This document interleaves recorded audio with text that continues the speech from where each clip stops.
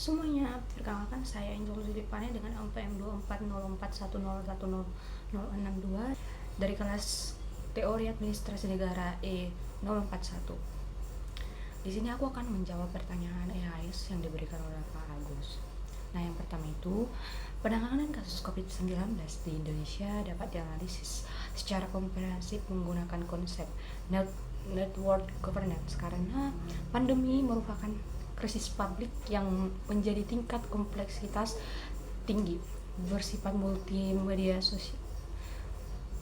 multidimensional serta melampaui kapasitas satu aktor pemerintah saja. COVID-19 ini tidak hanya menimbulkan ancaman terhadap kesehatan masyarakat, tetapi juga memicu kontraksi ekonomi, gangguan sistem pendidikan, peningkatan angka kemiskinan, serta potensi instabilitas sosial dan politik. Dalam situasi seperti ini, pendekatan pemerintah yang bersifat hierarki, sentralistik, dan birokratis terbukti tidak cukup adaptif. Oleh karena itu, keterlibatan berbagai aktor dalam suatu jejaring kerja sama menjadi keniscayaan, sehingga tata kelola pandemi lebih tepat dipahami sebagai praktik network governance.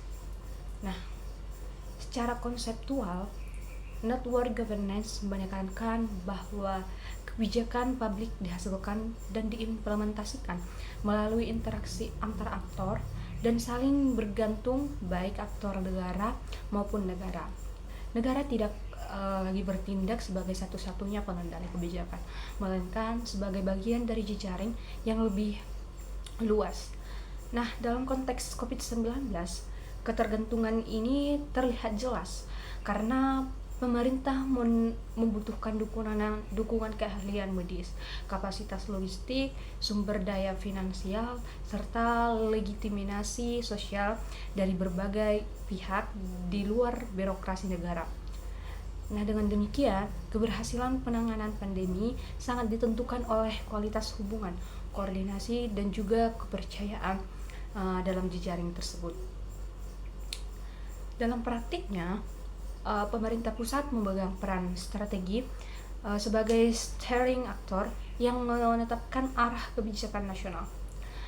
Pembentukan Satgas Penanganan COVID-19 menjadi simbol utama untuk upaya pengorganisasian jejaring antar aktor.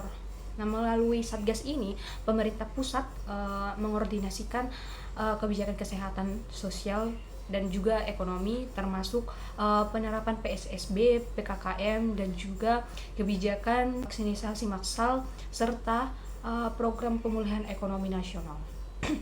Namun di lain sisi, dalam kerangka network governance, peran pemerintah pusat tidak berdiri sendiri, melainkan sangat bergantung pada kemampuan aktor lain untuk menerjemahkan dan melaksanakan kebijakan tersebut. Nah, pemerintah daerah juga memiliki posisi yang sangat krusial karena menjadi penghubung antara kebijakan nasional dan realitas lokal. Daerah harus menyesuaikan kebijakan pusat dengan kondisi sosial, ekonomi, serta budaya masyarakat setempat. Dalam banyaknya kasus, pemerintah daerah juga membangun jejaring dengan aktor lokal seperti tokoh masyarakat, organisasi keagamaan, RT RW, dan juga komunitas relawan yang memperkuat kepatuhan masyarakat terhadap kebijakan pembatasan sosial dan program vaksinasi.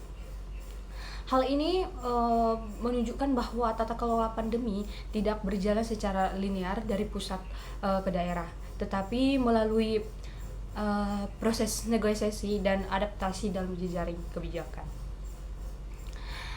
Nah, tenaga kesehatan dan fasilitas pelayanan kesehatan merupakan aktor kunci atau aktor utama dalam jejaring penanganan COVID-19 ini.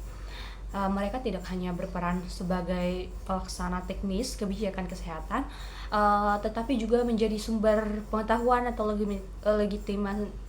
legitimasi ilmiah. Dalam kerangka network governance, tenaga kesehatan menjadi knowledge aktor yang memengaruhi pengambilan keputusan melalui data epidemiologi, rekomendasi medis, serta juga pengalaman lapangan.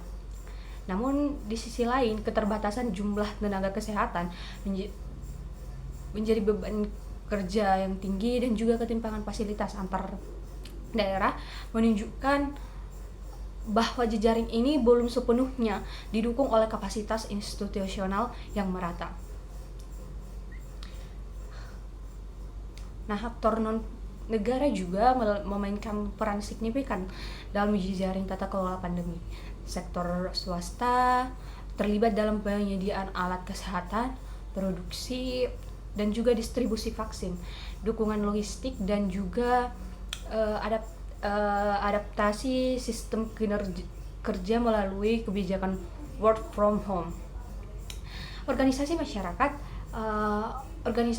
masyarakat sipil dan juga komunitas lokal berkontribusi dalam edukasi publik, pendampingan kelompok rentan, hingga distribusi bantuan sosial.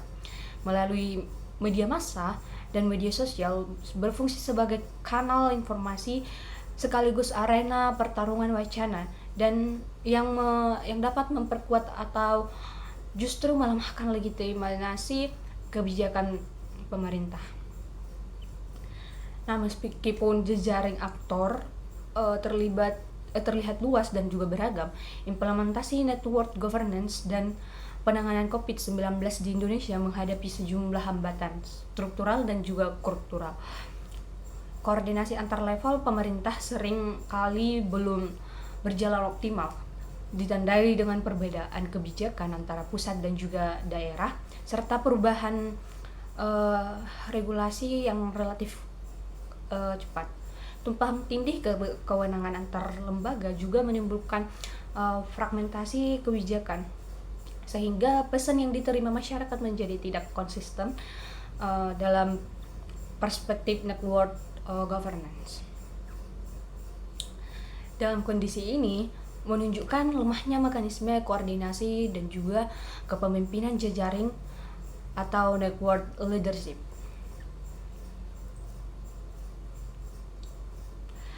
Hambatan lain juga adalah rendahnya tingkat kepercayaan publik terhadap kebijakan pemerintah.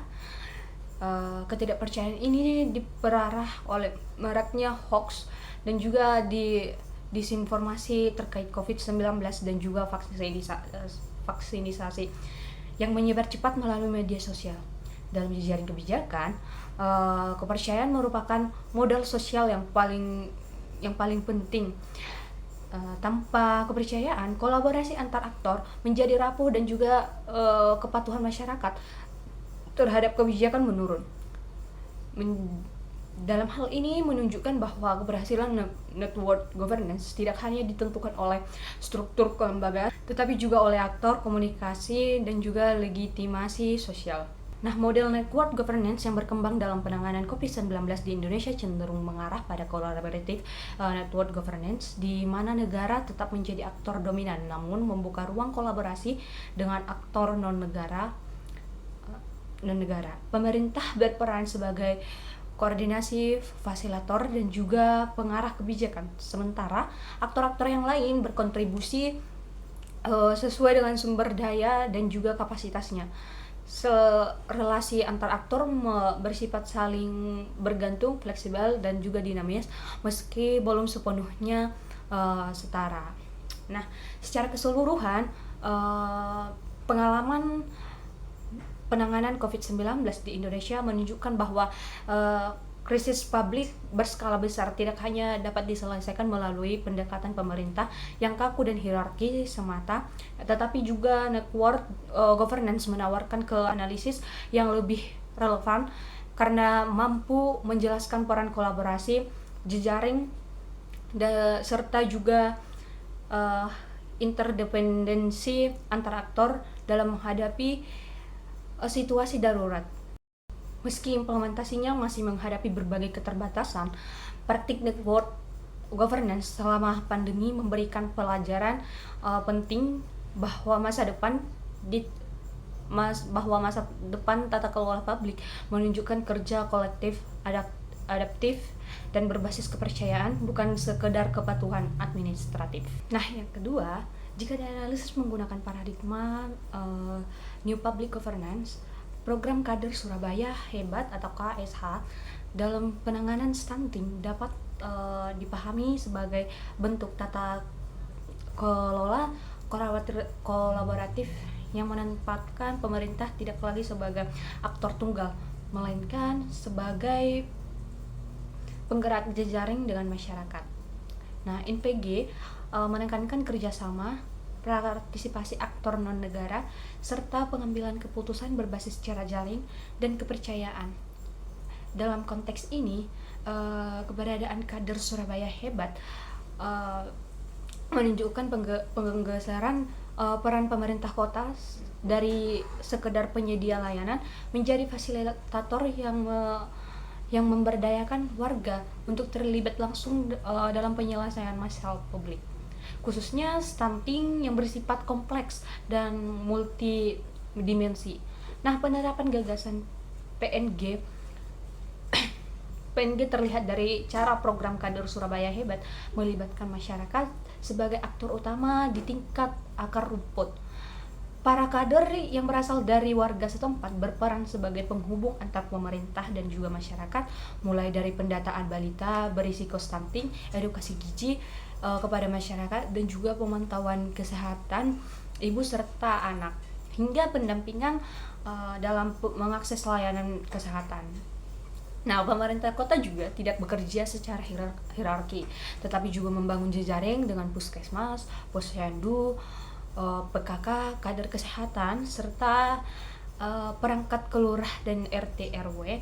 Relasi yang terbangun bersifat kolaboratif, di mana setiap aktor saling melengkapi sesuai kapasitasnya.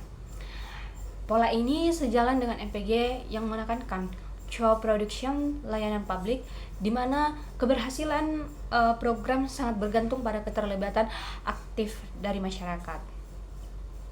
Nah, selain itu juga paradigma MPG tercermin dalam pendekatan lintas sektor yang diterapkan. Nah, penanganan stunting tidak hanya dilihat sebagai isu kesehatan, tetapi juga berkaitan dengan sanitasi, pendidikan keluarga, dan juga kesehatan sosial.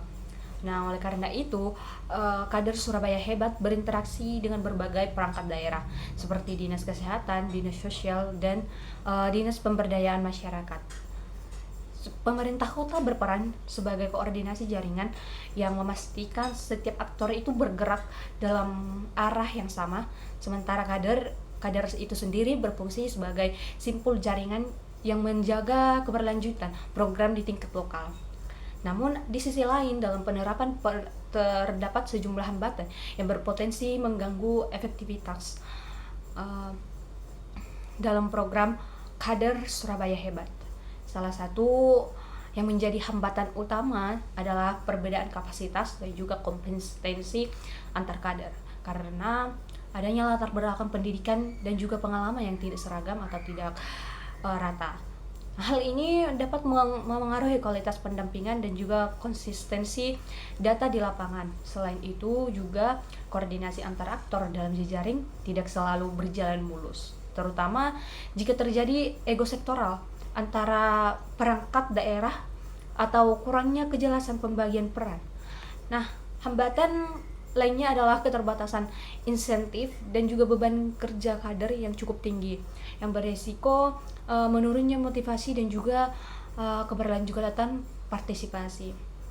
Nah, di sisi lain masyarakat, rendahnya kesadaran dan perubahan perilaku terkait gizi dan juga pola asuh juga menjadi tantangan, karena NPG sangat bergantung pada partisipasi aktif dan juga kepercayaan publik. Nah, secara keseluruhan, program kader Surabaya Hebat mencerminkan praktik new public governance melalui kolaborasi jejaring dan pemberdayaan masyarakat dalam penanganan stunting. Meskipun demikian, keberhasilan paradigma ini sangat ditentukan oleh penguatan kapasitas aktor, konsistensi koordinasi, serta dukungan kebijakan yang berkeberlanjutan agar jejaring terbentuk tidak hanya aktif secara administratif, tetapi juga efektif dalam menghasilkan dampak yang nyata. Yang ketiga itu, paradigma New Public Governance atau NPG dianggap lebih relevan dan menjadi solusi dibandingkan paradigma sebelumnya seperti Old Public Administrasi atau OPA dan juga New Public Management atau NPM. Karena MPG ini lahir sebagai respon atas semakin kompleksnya masalah publik di era modern. Nah, secara teoretik, OPA menekankan birokrasi yang hierarki, kepatuhan terhadap aturan, serta juga dominasi negara sebagai aktor utama. Nah, paradigma ini efektif untuk kondisi stabil, tetapi kurang aktif ketika berhadapan dengan persoalan publik dan juga yang lintas sektor dan yang dinamis. Nah, sementara itu NPM hadir dengan logika, efisiensi, dan mekanisme pasar, mendorong kompetisi, privatisasi, dan pengukuran kinerja. Namun di sisi lain, NPM cenderung memandang warga sebagai pelanggan dan mengabaikan dimensi kolaborasi serta nilai-nilai sosial yang justru krusial dalam penyelesaian masalah publik yang kompleks. Nah, secara teoretik, NPM menawarkan pendekatan yang lebih sesuai dengan realitas tersebut karena memandang tata kelola publik sebagai hasil interaksi berbagai aktor dalam jejaring, baik itu pemerintah, sektor swasta maupun masyarakat sipil. Nah, NPG ini menekankan konsep network, governance, kolaborasi, dan juga CO production, di mana kebijakan dan juga layanan publik tidak hanya dirancang dan dijalankan oleh negara, tetapi diproduksi bersama oleh banyak pihak. Nah, dalam NPG, peran pemerintah bergeser menjadi koordinasi atau koordinator, fasilitator, dan juga penjaga arah kebijakan, bukan lagi pengendali tunggal. Pendekatan ini mengakui adanya saling ketergantungan antara aktor dan pentingnya kepercayaan, dialog serta konsensus dalam mencapai tujuan publik. Keunggulan NPG secara teoretik terletak pada kemampuan menangani masalah publik yang bersifat wicked problems seperti kemiskinan, stunting, pandemi, dan juga perubahan iklim. Nah, masalah-masalah ini tidak hanya diselesaikan hanya dengan perintah birokrasi atau logika pasar semata, karena penyebab dan dampaknya saling terkait. NPG memberikan sebuah ruang bagi integrasi pengetahuan lokal, inovasi sosial, dan partisipasi masyarakat, sehingga solusi yang dihasilkan lebih kontekstual dan berkelanjutan dibandingkan pendekatan top down maupun berbasis efisiensi semata.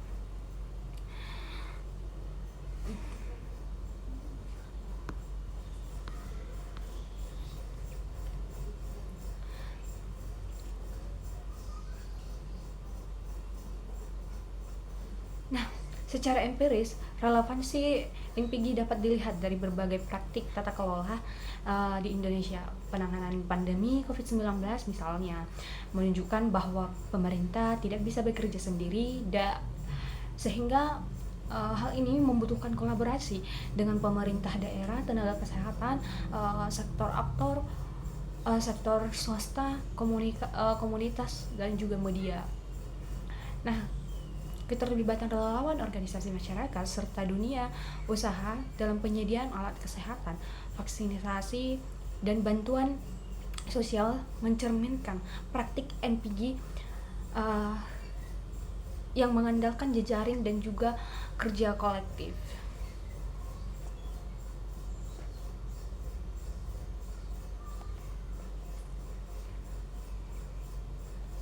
Nah, contoh lain adalah program penanganan stunting di berbagai daerah, seperti melalui kader kesehatan atau kader pembangunan manusia, di mana masyarakat dilibatkan secara langsung dalam pendataan, edukasi, dan juga pendampingan keluarga. Nah, program-program ini lebih efektif ketika dijalankan secara kolaboratif dibandingkan hanya mengandalkan birokrasi kesehatan. Nah, paradigma new public governance menjadi solusi karena mampu menjawab keterbatasan paradigma sebelumnya, baik yang terlalu birokratis maupun terlalu berorientasi pada pasar. Nah, NPG ini menawarkan kerangka teoretik dan praktik yang lebih adaptif terhadap kompleksitas masalah publik, sekaligus menempatkan kolaborasi, partisipasi, dan juga jejaring sebagai kunci utama dalam menciptakan kebijakan dan juga pelayanan publik yang efektif dan berkelanjutan. Nah, selain itu, paradigma NPG juga lebih sejalan dengan tuntutan demokratis kontemporer yang menempatkan warga negara bukan sekedar sebagai objek kebijakan, melainkan sebagai subjek yang aktif. Partisipasi publik dalam kerangka NPG tidak hanya dimaknai sebagai konsultasi formal, tetapi sebagai keterlibatan nyata dalam proses perumusan, implementasi, hingga juga evaluasi kebijakan. Nah, hal ini memperkuat legitimasi kebijakan publik karena keputusan yang diambil merefleksikan kebutuhan dan juga aspirasi masyarakat. Nah, dalam jangka panjang, keterlibatan ini meningkatkan rasa memiliki atau sense of ownership dan tanggung jawab bersama, sehingga kebijakan publik tidak mudah ditolak atau gagal di tingkat implementasi. Tetapi di sisi lain juga, NPG juga mendorong transformasi kapasitas institusional pemerintah agar lebih adaptif dan kolaboratif. Nah, pemerintah sendiri dituntut memiliki kemampuan membangun jejaring, mengelola konflik kepentingan, serta memfasilitasi kerja sama lintas sektor dan sering kali memiliki logika dan kepentingan berbeda. Nah, tantangan ini sekaligus menjadi peluang bagi birokrasi untuk berinovasi dan juga keluar dari pola kerja sektoral yang kaku. Dengan demikian, NPG tidak hanya menawarkan pendekatan alternatif, tetapi juga membuka jalan bagi pembaruan tata kelola pemerintah yang lebih inklusif, responsif, dan juga relevan dengan dinamika masyarakat yang modern. Baik, cukup sekian penjelasan dari saya. Terima kasih.